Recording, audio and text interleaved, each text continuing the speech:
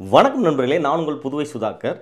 இன்றைக்கு நம்ம காணொலியில் என்ன பார்க்கலாம் அப்படின்னு பார்த்தோம்னா, ஸ்ட்ரோக் வால்யூம் அப்படின்னு சொல்கிறோம்ல, அப்படின்னா என்னன்றதை பார்க்கலாம். நம்ம எல்லாருக்குமே தெரியும், நம்ம ஹார்ட் தான் நம்ம உடம்புலே ஒரு முக்கியமான உறுப்பு.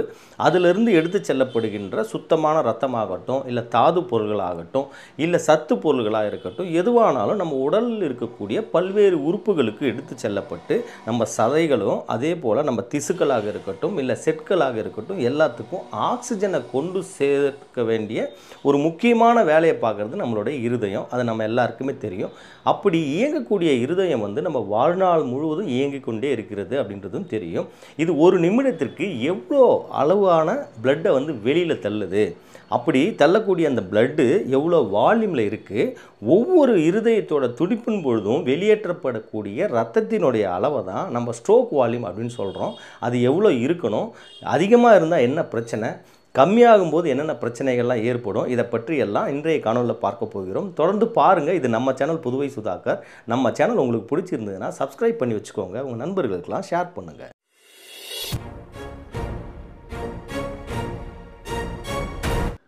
பொதுவாக இருதயத்தை பற்றின மெஷர்மெண்ட்ஸு நம்ம எக்கோ டெஸ்ட்டாக இருக்கட்டும், இல்லை இசிஜி, டிஎம்டின்னு பல்வேறு இன்வெஸ்டிகேஷன்லாம் பண்ணும்போது கூட எக்கோ டெஸ்ட்டில் மிக முக்கியமான ஒரு அளவுகோலாக பார்க்கறது இந்த ஸ்ட்ரோக் வால்யூம்னே சொல்லலாம். இந்த ஸ்ட்ரோக் வால்யூம் அப்படின்னு நம்ம சொல்கிறது என்னென்னா, நம்மளுடைய லெஃப்ட் வென்ட்ரிக்கல்லேருந்து ஒவ்வொரு இதய துடிப்பின் பொழுதும் எவ்வளோ அளவான பிளட்டு வெளியேற்றப்படுகிறது. லெஃப்ட் வென்ட்ரிக்கல் ஒரு கான்ட்ராக்ஷன் நடக்கும்போது அந்த கண்ட்ராக்ஷன்லேருந்து வெளியேற்றக்கூடிய அளவை தான் ஸ்ட்ரோக் வால்யூம் அப்படின்னு நம்ம சொல்கிறோம். இது நார்மலாக பார்த்திங்கன்னா 70 ml இருக்கும். 70 ml ஒரு ஆவரேஜ் ஹெல்த்தி ஹியூமன் பீயிங்க்கு 70 ml இருக்கலாம். இப்படி இருக்கக்கூடியது பார்த்தீங்கன்னா ஒரு நிமிடத்திற்கு, சப்போஸ் நீங்கள் ஒரு செகண்ட், ஒரு ஹார்ட் பீட் நம்ம பார்க்குறோம் நார்மலாக, ஒரு நிமிடத்திற்கு 72 முறை இருதயம் துடிக்குதுன்னு சொல்கிறோம்.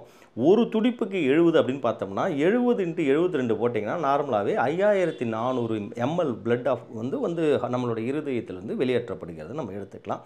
இது பார்த்திங்கன்னா ஆவரேஜாக ஒரு 5 லிட்டர்னு சொல்லலாம். 5 லிட்டருக்கான அளவு ஒரு நிமிடத்திற்கு வெளியேற்றப்படுகிறது. அப்போ இதே அளவான பிளட்டு நம்ம உடம்புல திரும்ப ஹார்ட்டோடைய ரைட் சைடு சேரணும். உடலெங்கும் கலெக்ட் பண்ணப்பட்டு இந்த பிளட் ஹார்ட்டோட ரைட் சைடில் சேரணும். இந்த பேலன்ஸ் இருக்கும்போது தான் ஹார்ட் சரிவர இயங்க முடியும் அப்படின்னு நம்ம சொல்லலாம். ஓகே சார், ஸ்ட்ரோக் வால்யூம் அப்படின்னு நீங்கள் சொல்கிறீங்க. ஓகே, இது எப்படி மெஷர் பண்ணுறது?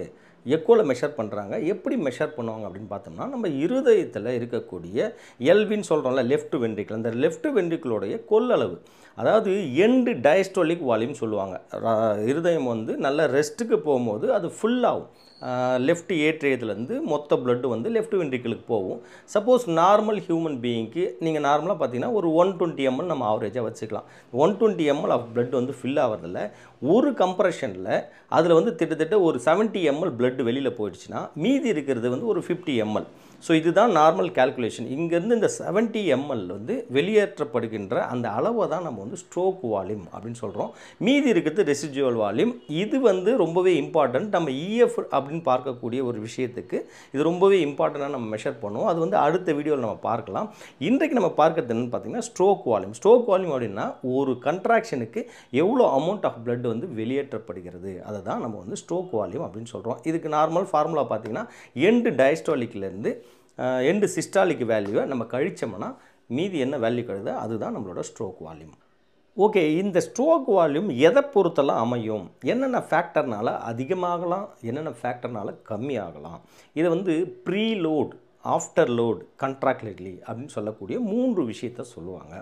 ப்ரீலோட் அப்படின்னு பார்த்தோம்னா நம்ம உடம்புல இருந்து எவ்வளோ சீக்கிரமாக இல்லை எவ்வளோ அளவு பிளட்டு இருதயத்தோடைய ரைட் சைடில், ரைட் ஏட்ரியம் லெஃப்ட் ரைட் வென்ட்ரிக்கிளுக்கு வரக்கூடிய அந்த பிளட்டு நம்ம நார்மலாக எப்படி வரும், சுப்பீரியர் இன்ஃபீரியர் வீனா கேவாலேருந்து கலெக்ட் பண்ணப்பட்டு ரைட் ஏட்ரியத்தில் கொடுக்கும். ரைட் ஏட்ரியத்துலேருந்து ட்ரைகஸ்பெட் வால்வ் வழியாக ரைட் வென்ட்ரிக்கிளுக்கு வரும். அப்படி வரக்கூடிய பிளட்டு சரிவர வந்தது இல்லை சஃபிஷியண்ட்டாக வந்ததுன்னா ஸ்ட்ரோக் வால்யூம் கரெக்டாக இருக்கும். இதை தான் நம்ம ப்ரீலோட் அப்படின்னு சொல்கிறோம். ஆஃப்டர் லோட் அப்படின்னு பார்த்தோம்னா லெஃப்ட் வென்ட்ரிக்கிள்லேருந்து கம்ப்ரஸ் பண்ணக்கூடிய அளவு, சப்போஸ் ஒரு பேஷண்ட்டுக்கு அயோட்டிக் வேல்வில் ஏதோ ப்ராப்ளம் இருக்குது, ஸ்டீனோசிஸ் இருக்குது, இல்லை மைட்ரல் வேல்வில் பிரச்சனை இருக்கும்பொழுது முழுமையான அளவு ரத்தம் வெளியே போகாது. அந்த நேரத்துலையும் ஸ்ட்ரோக் வால்யூம் பாதிக்கப்படும். கண்ட்ராக்டிலிட்டி அப்படின்னு நம்ம சொன்னோம்னா இதய தசைகளுடைய சுருங்கி விரியும் தன்மை நல்ல ப்ராப்பராக கண்ட்ராக்ட் ஆகுது, ப்ராப்பராக ரிலாக்ஸ் ஆகுது, தசைகள் நல்ல லெவலில் இருந்ததுன்னா கண்டிப்பாக ஸ்ட்ரோக் வால்யூம் நார்மலாக இருக்கும். சில பேஷண்ட்டுக்கு பார்த்தீங்கன்னா கார்டியோ மயோபதிலாம் சொல்கிறோம்ல, அந்த மாதிரி பேஷண்ட்டுக்கு இதயத்தோடைய தசையிலே பிரச்சனை இருக்கும். சரிவர முறையில் கண்ட்ராக்ஷனோ ரிலாக்ஸேஷனோ நடக்காது. அவங்களுக்கும் ஸ்ட்ரோக் வால்யூம் பாதிக்கிறதுக்கான வாய்ப்புகள் இருக்குதுன்னு சொல்லலாம். ஓகே, ஸ்ட்ரோக் வால்யூம் ஏன் அவ்வளோ இம்பார்ட்டண்ட் அப்படின்னு பார்த்தோம்னா, ஸ்ட்ரோக் வால்யூம் தான் இதயத்துடைய ஒர்க் பண்ணக்கூடிய திறனையே சொல்லுது நமக்கு. இப்போ ஸ்ட்ரோக் வால்யூம் கம்மியாகும் போது எஜெக்ஷன் ஃப்ராக்ஷன் அப்படின்னு சொல்லக்கூடிய எக்கோவில் நம்ம பார்ப்போம், நார்மலாக மெஷர் பண்ணக்கூடிய அந்த எஜெக்ஷன் ஃப்ராக்ஷனோட வேல்யூ பார்க்கலாம், கார்டியாக் அவுட்புட் எவ்வளோ இருக்குது அப்படின்றத பார்க்கலாம், கார்டியாக் சைக்கிள் ப்ராப்பராக இருக்குதா அப்படின்றத பார்க்கலாம். இது எல்லாத்தையுமே நம்ம மெஷர் பண்ணுறதுக்கு நமக்கு ஸ்ட்ரோக் வால்யூம் தான் ரொம்ப இம்பார்ட்டண்ட்டாக பார்க்க வேண்டிய அவசியம் இருக்குதுன்னு சொல்லலாம். ஓகே நண்பர்களே, ஸ்ட்ரோக் வால்யூமை பற்றின ஒரு முழுமையான தகவல் உங்களுக்கு கிடைச்சிருக்குன்ற நம்பிக்கையோட மீண்டும் சந்திப்போம். நான் உங்கள் புதுவை சுதாகர். நன்றி, வணக்கம்.